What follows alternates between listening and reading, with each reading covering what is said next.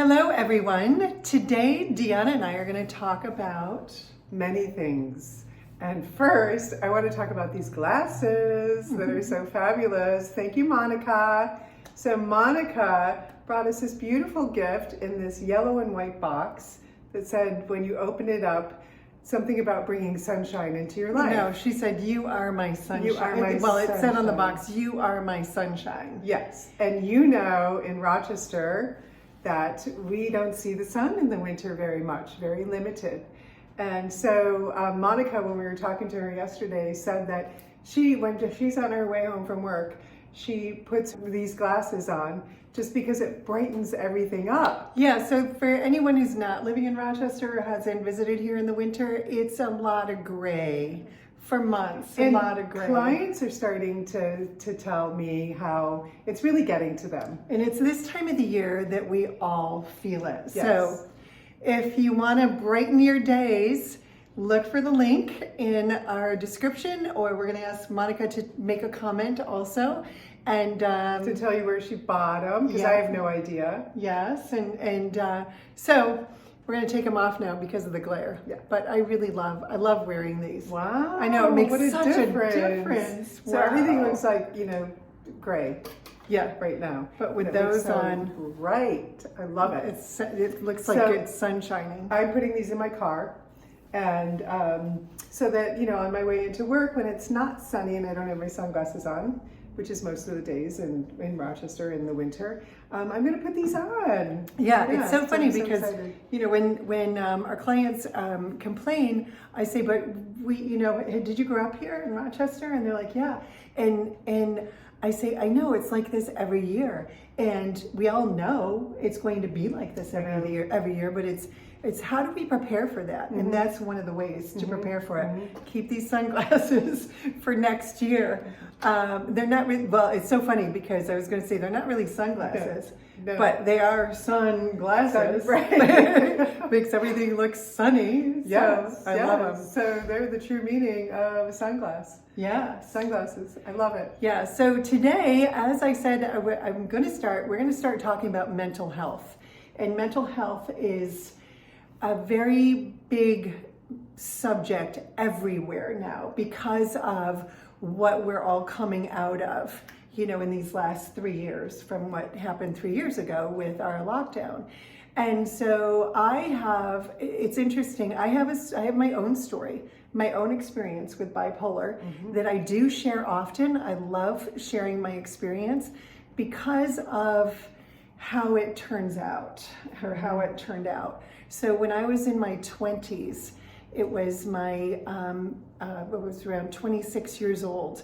I had been working in Houston, Texas in the modeling industry doing makeup.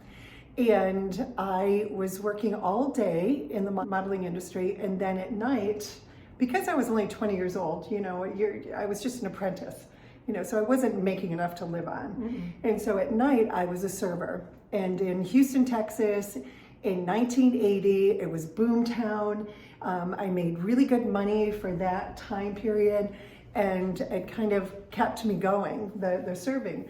So I would be working probably 16, 18 hours a day and getting up the next day and doing it again. And I had no knowledge of nutrition. That back then, for anyone watching this that doesn't remember that time, we had no internet. So all of our knowledge came from information that people gave us, or the TV, Or the library. or you would go to the library, and you would research something, or you would go in the library and look for something to research, right? So at that time, the library, I was not, into the library at that time because I was into building my career. So Working hard. yes. So after 5 years of that, I decided I did have a mental breakdown. I didn't know that I had a mental breakdown. Back then, it wasn't as... We didn't talk about it. No, we didn't talk No, we about it, talked but about even it. when I went to the doctor and I tried to explain how I was feeling, I still got no help. So I don't even know how I explained how I was feeling. And so anyhow, I decided to move back and be with Deanna. I wanted to be with Deanna. And Deanna had started having her family, and her son was 9 months old at the time. And so that was a big draw for me. There was nothing holding me in Houston. So I had the breakdown and somehow, maintained myself. I don't even know how I did it. I'm sure I had a couple of friends helping me, to get my stuff together. And Deanna flew down to Houston and drove back with me. And so subsequently, what happened was that I went into a depression during that time. And when I became suicidal, that was when I sought help. And I did start taking antidepressants. And so I know that in my memory that I was starting to wean off of the antidepressants. And maybe at that time I was doing it myself. I don't remember. But anyway, I somehow went into a manic state. And that was when I was mentally health arrested. And so I was at Genesee Hospital in Rochester, New York, and it was 1987. And I refused the medication. The doctor, the psychiatrist wanted to put me on lithium, and I refused. I didn't want to take any medication. And I had been on the antidepressants. I didn't want any more medication. And so she told me that she could get a court order to force me to do it. And I said, well then, give it to me. And she gave me such a high dosage that within days I started having side effects from the lithium. And so when I talked about the side effects, because I would meet with my psychiatrist every day, she decided to give me another medication to counteract the side effects. So I was on second medication within a few days. And then I started having side effects from that medication.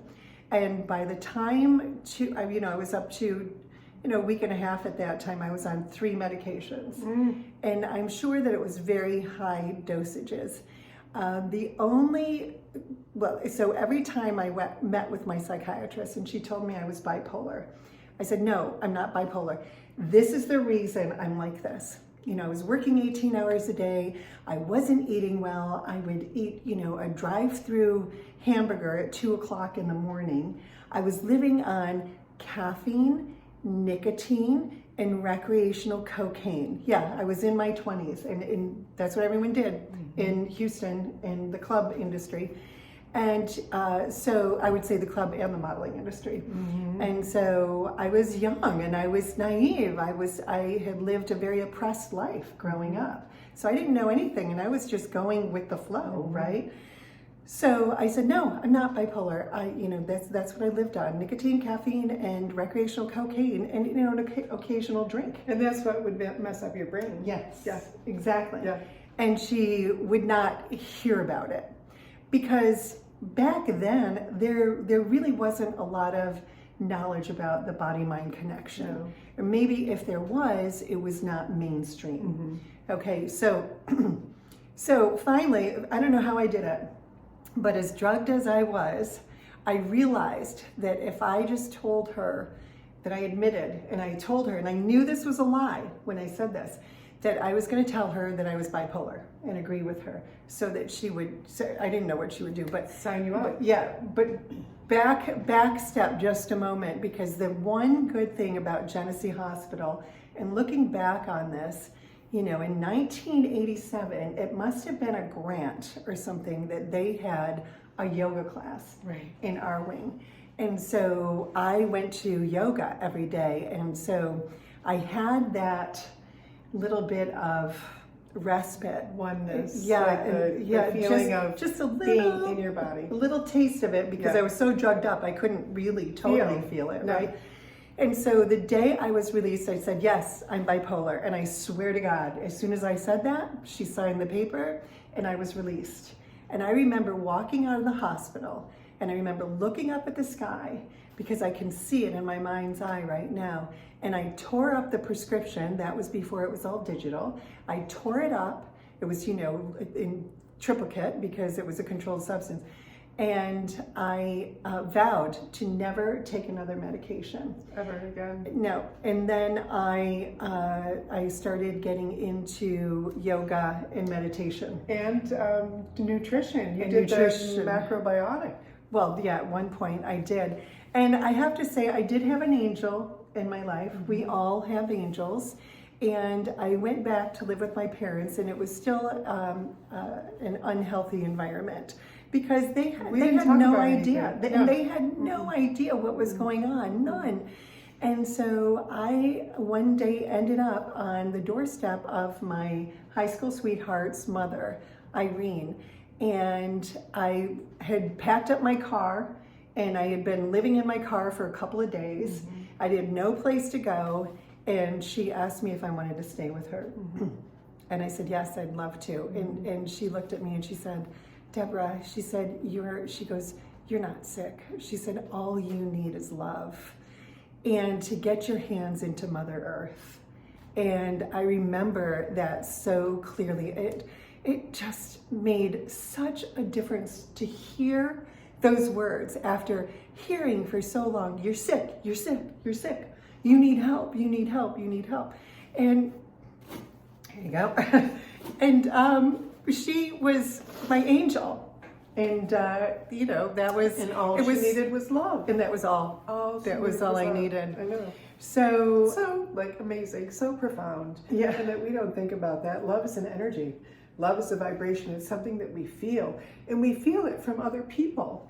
It's like, it doesn't matter what someone says. It's the vibration. It's like the feeling. And when you're out of your head and into your body, you can start to feel emotion. Get into your body, into your heart, and start feeling the emotion of it. And that's, and I want to say, that's what our whole lifestyle is about, is feeling our feelings, allowing ourselves to feel our feelings, not suppressing them with caffeine or any kind of drugs. Those are, caffeine is a psychoactive drug. Yes. And so is alcohol, and that is so widely accepted in our society. Yeah. And, sometimes even pushed at us. Yeah. And so we have no idea, but we do know more so now, and that's because of the internet and all of the information that we have.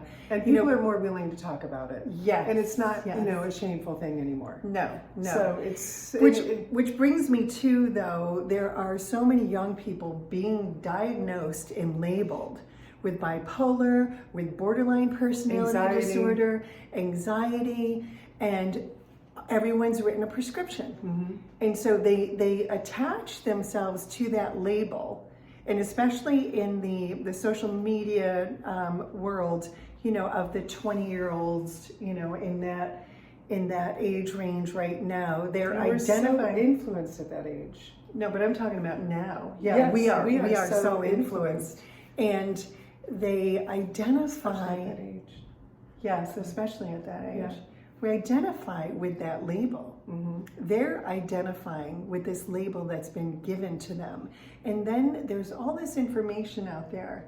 I was in conversation with a young lady recently, and she said that it makes her feel normal knowing that she, has borderline personality disorder, and that, there are other people experiencing the same thing. So, but knowing this young lady the way that I know, she has many addictions. She's got nicotine, caffeine, cannabis, shopping. She has many addictions, and she doesn't have a healthy diet. In the healthy lifestyle diet, that is what I started with in my late 20s. And sugar, sugar is an addiction. In our diet, and processed food, fast food. Yes. So, and none of that is good for our brains. No.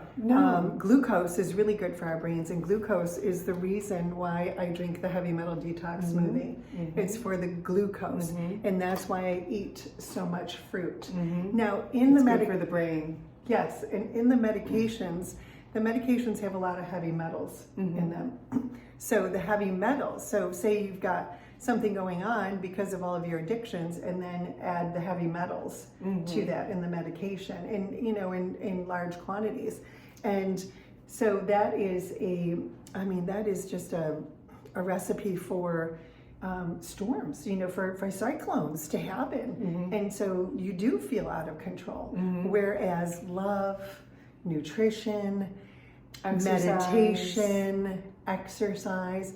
Meditation is so easy to learn now with all of the apps. If you just search meditation apps and just, get a little sampling of different ones and start out with a guided meditation. Yeah. When I started out with meditation in 1987, I went to a place that was a house on Park Avenue. And it was a transcendental meditation place. And I went in there, I had a session with someone who taught me how to meditate. I went home to Irene's house and I would just start using those techniques to meditate. And I remember one of the first times that I realized that, wow, this really works, was when I had a vision of the Virgin Mary. Wow. And Virgin Mary is a for those of you who are not Christian or Catholic, it's a spiritual figure. And it was so funny because I remember I remember looking up, Virgin Mary, because I just wanted to confirm it. And Irene had a wonderful library.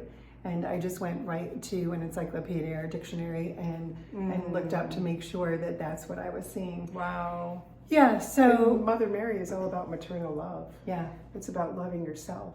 Yeah. The symbolism. And feeling the love and being the love. Yeah. Yes. Yeah, for sure. So beautiful. Yeah, so, and then yoga. Yoga, I started with, it's now called Open Sky Yoga. I'll put the link in the description. I think they have some of the best teachers. The teachers that I learned from, Francois and Deborah, they've moved on, but all of their proteges, and Francois comes back from France every so often and does workshops, but it's all of their proteges and people who they've taught their techniques who are the teachers at Open Sky Yoga, and that's on Arnold Parkway, at the Zen Center, in the carriage house of the Zen Center. So it's accessible to everyone in Rochester, and it's hatha yoga. Yeah.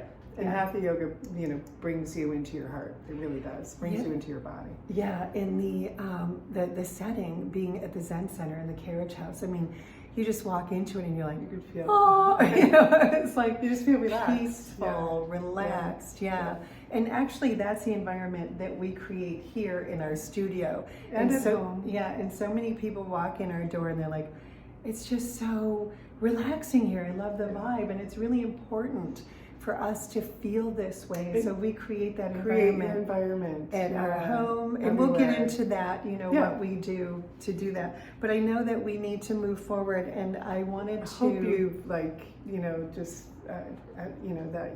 this helps you in some way by Deborah sharing her story, because it is emotional, it's profound, and I am so thrilled that Deborah's in the place that you are now, and it is because of love. Yeah, love and really good nutrition too. Yeah. So on a lighter note, comment. Give us some comments. Yeah. I love sharing my story. Everyone has a story. Everyone does. Oh, and just real quick, I was. If anyone out there is on medication, on the psychoactive medications, and you've thought about this, you've thought about weaning off, or I highly recommend getting this book, Psychiatrized, and it's written by Renee Schultz Jacobson, who is a local Rochester resident, and this is her story. And she came to us. Yeah, she came to us in our studio here, but she has a whole network of holistic psychiatrists who help people to wean off medications. So we'll put the link to her website. She's also an artist, and she creates really wonderful artwork that when you just look at her website, you feel happy and joyful when you look at her art. And that that brings to my mind, it's extremely creative, artistic people that have been labeled as typically as being bipolar, depressed, or anxiety, And it's just because that we're so different. We're so different because we are so creative, and we are so, just the brain works in a different way, and it's a beautiful thing. It's not something to squelch. It's not something to numb. It's something to express, and to express all the gifts that we're born with, to express our greatness and our differences, to be who you are Yes. instead of trying to conform and be like everybody else. And so that was you always. Always. I was born this way. Yeah. And it's been just an incredible journey. Yes. Yeah. I So- wouldn't have it any other way. We want to do a real quick Brightening up. tip. Yes, Brightening up brightening during up. this weather, Yeah. So or when you're feeling down and you want to feel lifted, you Yeah. can do this for yourself. yeah. So one of the things I had to do today was I did have to bronze with the contour all over my face because I was feeling really pale, and with the sky being white and now it's snowing and everything's white, I looked really white, and I felt a little peaked, so I did this all over, and then a little bit extra on my cheeks and these areas. And so another way to brighten up is to do a little bit of the lip gloss, which Lip is stain. the lip stain. It's the lip stain. And so, we put it on our lips. It can be worn light, bright, or barely there. on I your showed lips. my client yesterday how to use it barely there, because she had watched the video. She didn't remember. So you just, to do it barely there and to get used to a little bit of color on your lips, you just do a teeny bit on the bottom, Yep. rub it in with your pinky, And then all over. mat together. and then put the gloss over it, and it's Right. barely there. It just gives you a Barely. little bit of color, which makes your eyes pop. Yes. A little bit of color on your lips. And then we always take a little bit on our finger, on the tip of our finger, and do it right on the ball Right, smile. of the cheek, and just rub it in. See how I use such minimal, just a teeny tiny little Look at that. dot. And look at that. And then if it does Wow. come out a little bit too strong, we're going to use the tinted moisturizer and just pretend, because it's over there. And then you just Because brush there's a over little it bit with left on the brush, so this just makes it blend in better. Yes. And, And then, then I this take is a new thing. A little bit, teeny Show bit, them how on your pinky. a teeny tiny little bit. And I'm going to do a little dot here, right on her brow bone. Can you see that? Lean forward a little bit. It's kind of hard to see. It's so minimal, but that's okay. Face this way for me. I don't have as much right here. Hold on. A little bit right there. And then just blend it in with a finger. And you can always add more.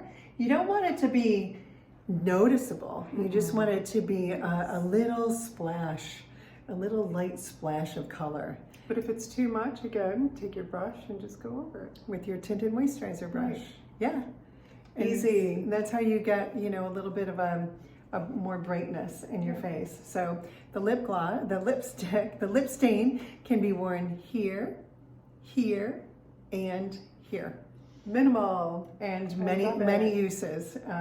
So that's our lip stain, and what? And there is, we do have a special on the lip No, stain. it's not going to be on Sunday when this comes out. Oh. Is it? Oh, what's Yes, the it is. date? Yes, it is. Yes, it is. Okay, so we still have a special on this. Buy one, get one free. So you can have one in your purse and one where you do your makeup. I love to finish my makeup. I do have the lip stain in with my makeup. And so that when I do my makeup and I put a little bit of color on, it just completes it. I love it. Yes. Yeah, and Yeah. have one in your car and at your office. Yes. Okay. Yeah. Thank you. you. We went I hope on this this- helps. Yes. Yeah, we went a little longer than normal, but we really need to talk about this. Mm-hmm. And so we're looking forward to many more discussions and more resources to help everyone to heal. That's what we're all doing right now, is healing.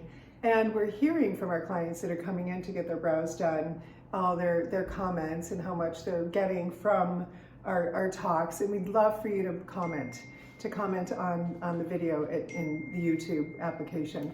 Thank you so much for watching. We wish you all a beautiful week, and really, it's loving yourself is every day. It's not just one day a week. Right. And when you love yourself, you have love for everybody else. Yes, it's So the vibe. It is. It's a feeling. Thank you. Thank you. God We'll bless. see We you love next all. week. Yes, we love you. Bye-bye. Bye-bye.